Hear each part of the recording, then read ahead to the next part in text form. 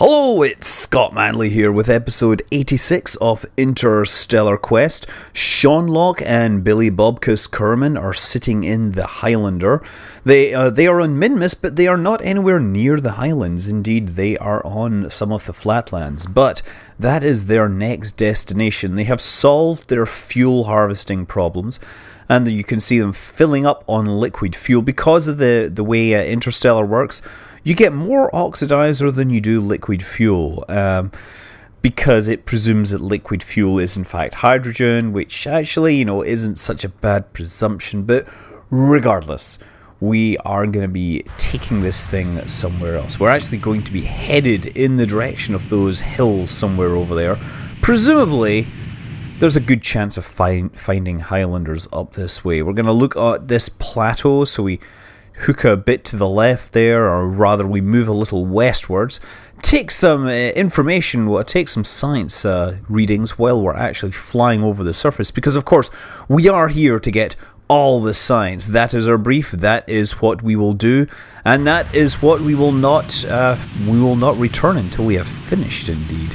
And when I say we, I mean Sean Locke and Billy Bobkus. It's not as if I'm actually controlling their actions. They are entirely doing this themselves, channeling themselves through me, one might say. That actually sounds like a cool idea for a scary type video game where you imply that the computer is in fact controlling you to control it, or some meta thing like that. Regardless, the journey was quite easy, but old me is about to discover he'd forgotten something critical. And touchdown off the Highlander on some part of Minmus, which isn't a flatland. Okay, so begin initializing the water extraction and the fuel refinement while we actually start to set ourselves up and do some science.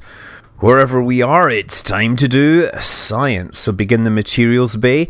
While the samples are processed, you turn your thoughts to how much Minmus looks like a mint dessert and discover that you are hungry. I think I might have had that one before. And the mystery goo starts to bounce slowly from top to bottom. And that is from the lowlands, so at least we know where we are now. Okay.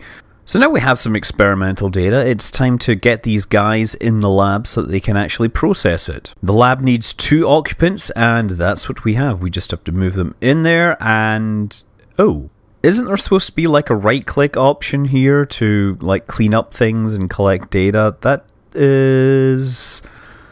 That's confusing.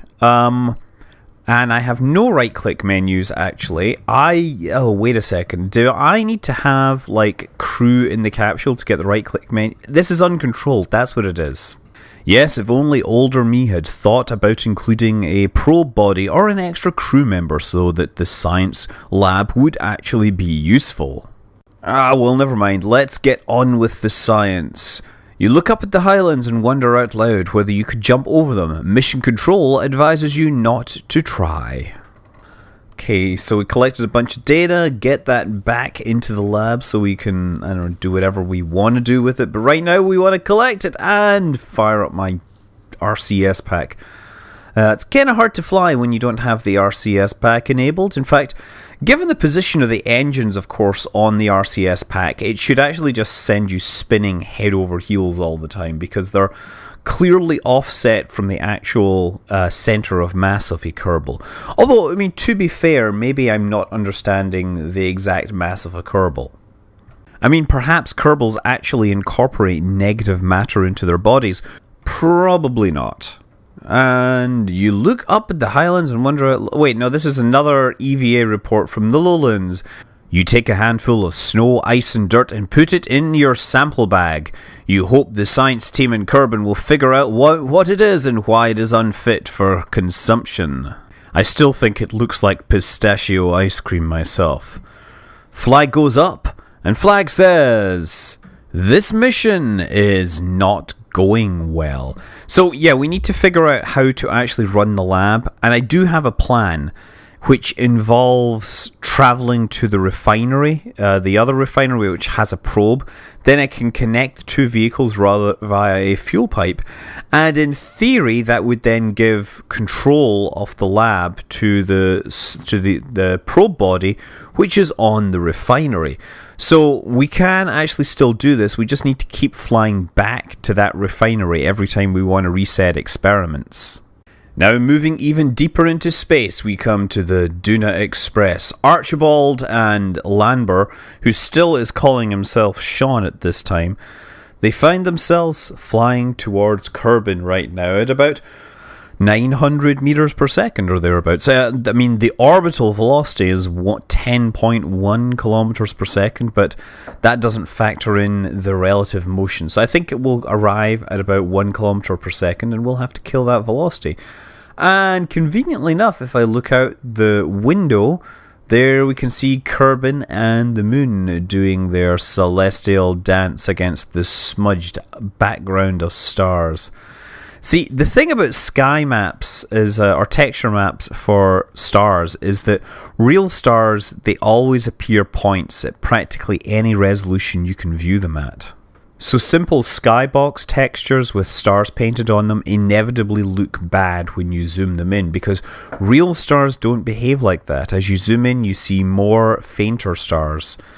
But they never resolve themselves. I mean, even the images of stars that have been taken have used some quite fancy techniques. It's not as simple as getting a really big telescope and zooming in a lot. Aha, and I noticed that our periapse height is now 80 kilometers and we have a negative apoapse, which means we are in the Kerbin system. The Duna Express will sling by Kerbin and then disappear off into interplanetary space once again. Obviously, we're going to perform a capture maneuver and then rendezvous with Spacelab 1 in orbit, or at least that was the official plan. But the boys back at Kerbal Space Center think that it's time that Archibald Kerman knew the real truth. So he's given special orders to take all the science over to the lab on its own, while, of course, Sean is left in control of the spacecraft. Sitting alone in the habitation module, he is able to be addressed frankly and truthfully by the mission control. They inform him of the substitution of Sean Kerman with Lanber Kerman and order him to take whatever steps are necessary to make sure that Lanber does not return to the surface.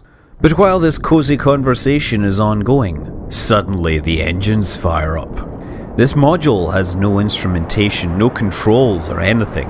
Alone in the command module, Lanber Kerman is able to initiate a deceleration burn, dropping the spacecraft's periapse inside the atmosphere, and then, at the critical moment, he detaches himself, leaving the engines firing.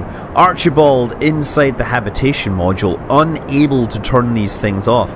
He is also unable to leave because attempting to step outside of the habitation module will put him right into the middle of the exhaust gases of that engine. Also lacking any control systems, Archibald can do nothing but sit by and watch as the spacecraft turns randomly in response to the stresses on the spacecraft bending the mountings that those engines are sitting on. Over time, it does seem to stabilize in one direction, with the spacecraft burning radially outwards away from the sun. At this point, Archibald Kerman is unable to stop the engines and unable to direct the spacecraft in any meaningful way. So instead, he just has to wait for some time until the engines finally run out of fuel, and whatever orbit he's left on, he is going to have to be rescued. Thankfully, he does actually have several hundred days worth of life support to keep him going. Hopefully we can send someone out in the meantime to rescue him, bring him home, and perhaps even bring the spacecraft home. Of course, by then, Lanber Kerman will have made it back to the planet Kerbin.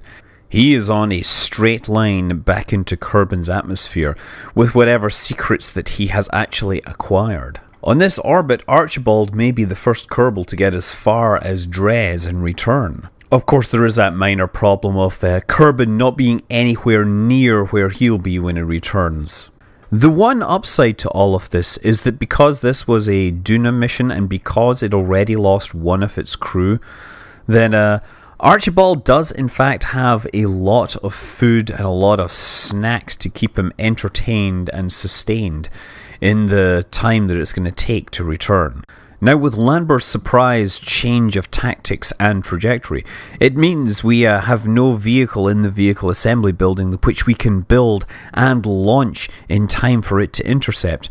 However, we do have the Asteroid Diverter spacecraft currently attached to an asteroid sitting over Kerbin. Now, Lars Kerman is a science advisor. He's not really a pilot, but he's the best qualified individual. In particular, he's the only person on scene with a spacecraft which is capable of capturing this capsule as it flies past at relatively high velocities. Now, this B9 cockpit is awesome, incidentally, but don't let those doors on the side fool you. The way you get in is through the top. You just step over the top.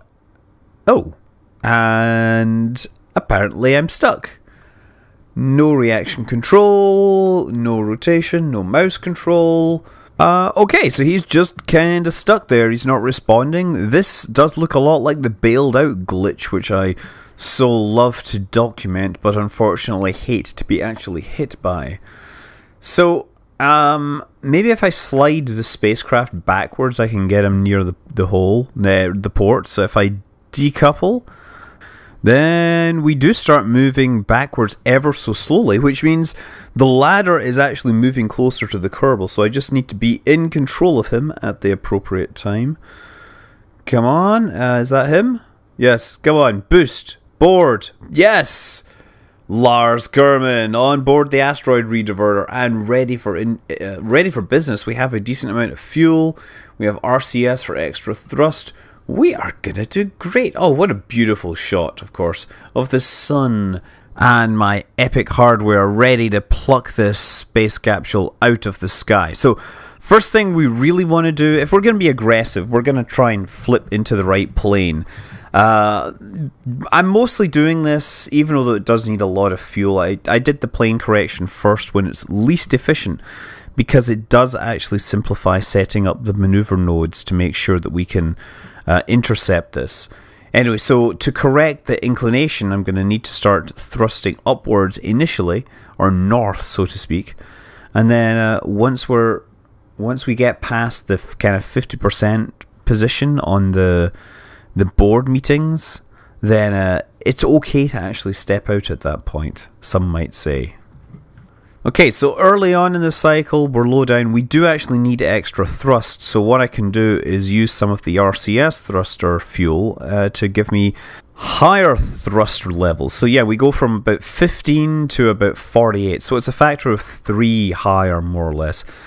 And that'll help me early on when I really do need to be as aggressive as possible. I'm not sure I can put this spacecraft into the capture orbit and rendezvous inside the 24-hour time limit that I've accidentally set myself. I didn't deliberately set a 24-hour time period. That's just what ended up happening as a result of the numbers. It's actually a lot less time, if you remember, than I had when intercepting the asteroid.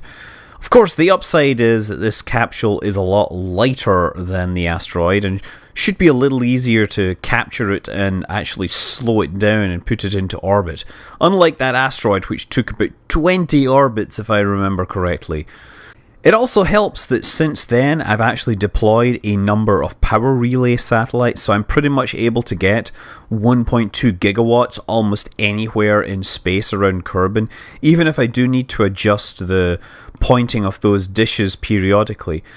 And once I get around the other side of the planet, then of course I need to flip the direction that I'm thrusting to make sure that I continue to decrease the descending node, or the relative plane inclination here. Now, obviously, if you are wanting to do this in the maximally efficient way, you don't do your plane corrections low down. But I really wanted to just use the huge amount of delta V that this thing has and make all my plane corrections early and then go and just plot the encounter, which was not that easy in the end. The system that generates the close approach approximations tends to work best when you've got two relatively circular orbits.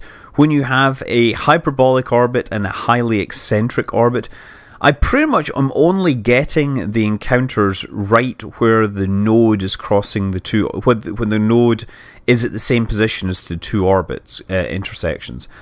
And that meant that as I was going outwards, I needed to keep on adjusting my plane to keep these things close enough that it would be generating the close approach calculations. But eventually old me does start to get close. Okay, intersection time is about 18 hours out, which means that I'm going to have less than 6 hours when I actually encounter it. 6 hours to get up to speed, rendezvous, clamp on, capture, and then put into a safe orbit, because we really don't want the asteroid diverter going down through the atmosphere. It's not designed for that, and it probably will die horrifically if I try that. Okay, got my encounter, 97 kilometers, time to shut things down and begin the actual voyage outwards. What a beautiful shot there, of course, with the poles, the aurora, and the moon sitting right over everything. It's rare that I've got a spacecraft at such high latitude, going over, essentially it's going up at a 45 degree inclination, so the chance of seeing the moon over the south or north pole is actually a lot lower when you're on a plain old-fashioned terrestrial holiday. And we've lined this up so that we will go out, pass through Apoap's, and then be falling back towards Kerbal when we actually have to start making course corrections. We'll probably need about 1 kilometer per second of course corrections, which this spacecraft will easily offer. The real question is, will it be able to do it in the time required, or will we find that the maneuvers I need are going to take 3 to 4 hours? Well, one way to find out. Just do the darn thing. Of course, here we get to watch the spacecraft as it travels outwards. There, we've passed through Apoap's and we're now starting to fall back down. And Lanber and the Duna Express capsule will now come down and start to catch up with us. When it gets close enough, that will be when I start making the course corrections, which will be more like a mad dash to make sure the thing doesn't fly by me at 800 meters per second. So the engines now come online, more or less accelerating towards Kerbal, because the capsule is going to fly past us, and we need to actually get up to the same speed as it. It's rather like a relay race, except with giant grabber claws. So the real question is here, can I accelerate fast enough, or is it going to zip by? And I totally guesstimated when I was going to start. If I find that I'm running out of time, then of course I can switch over to the monopropellant and enjoy the 3 times extra thrust. That may not be enough to save me if I mess it up. Also, because we're picking stuff up off of Earth, it turns out that we actually have a lot of places we can run as relays to receive the internet radio. Now we're inside 100 kilometers. This is more like a standard rendezvous. Of course, we're 80 kilometers out and we're moving at 80 meters per second, so we allow it to get a little more closer without slowing down. Now that we actually have a better handle on the speed, we're not being so cautious. We have 2.5 hours to actually complete the rendezvous.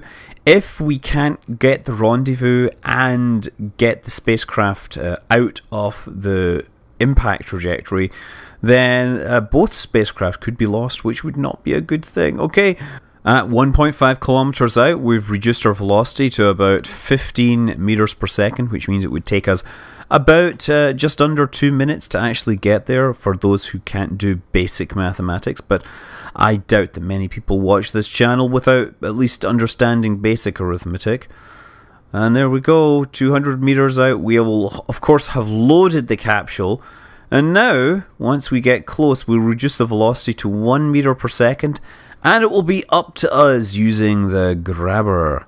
Okay, so we gotta line up this thing right at the front. I have the object already selected as a target, which is nice because there's not really any way to select the target while inside the command module. Okay, there we go, 70 meters out, moving in ever so slowly. We can see that the planet Kerbal is coming up behind us, but it's over 2 hours out, and we're moving in maybe at 1 kilometer per second. I'm not sure at this point. But yes, Landber Kerman's brief moment of freedom is about to come to the end, as the first-time pilot Lars Kerman expertly maneuvers the asteroid diverter. Of course, from this angle, Landber can't even see he's being approached from behind. That was Lars making a good decision on how to approach this target. And contact! Target is captured. And now it's captured, we just need to bring it into orbit safely and, well, rescue Archibald Kerman at some point. But until the next time, I'm Scott Manley. Fly safe.